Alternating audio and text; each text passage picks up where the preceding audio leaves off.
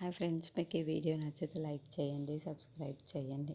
నీ కూతురు నక్షత్రాన్ని నన్ను బర్త్డే పార్టీకి పిలిచింది అని గగన్ అపూర్వకి చెప్పటంతో అపూర్వ కోపంతో రగిలిపోతూ నక్షత్ర అంటూ నక్షత్ర దగ్గరికి వచ్చి ఏంటి ఇంటి మనుషులన్నా ఇల్లన్నా చెందుకుపోయే ఇల్లు, అలాంటిది వాడిని నీ బర్త్డే పార్టీకి ఎందుకు పిలిచావే అని నక్షత్రాన్ని అరుస్తూ నిలదీస్తూ ఉంటుంది.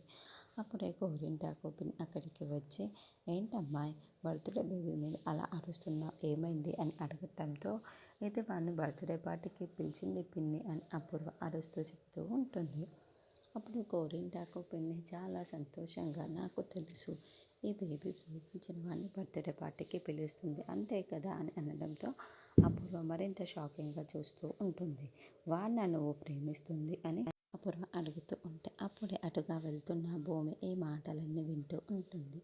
ఇందాకటి నుంచి వాడు వీడు అని మాట్లాడుతున్నావే, కానీ వాడు ఒక పేరంటూ లేదా ఊరో పేరు ఉంటుంది కదా అమ్మాయి అని గోరింటాకు పిన్ని అనడంతో ఆ గగన్ గాడు పిన్ని అని అపూర్వ చెప్పడంతో గోరింటాకు పిన్ని కాస్త నోరు తెరుచుకొని షాకింగ్గా వింటూ ఉంటే భూమి కూడా తలుపు దగ్గర నిల్చొని చాటుగా వింటూ ఉంటుంది. అలా ఉరిమి ఉరిమి చూస్తే అర్థమేంటి, అవుననా కాదనా అని అపూర్వ అరుస్తూ ఉంటే అప్పుడు నక్షత్ర చాలా కాన్ఫిడెన్స్గా ఏమాత్రం భయపడకుండా చేతులు కట్టుకొని అవును అని సమాధానం చెబుతుంది. అంటే పిన్ని చెప్పినట్లుగా నువ్వు ఆ గగన్ గాన్ని అని అపూర్వ అంటే ప్రేమిస్తున్నాను అని నక్షత్ర చెబుతుంది.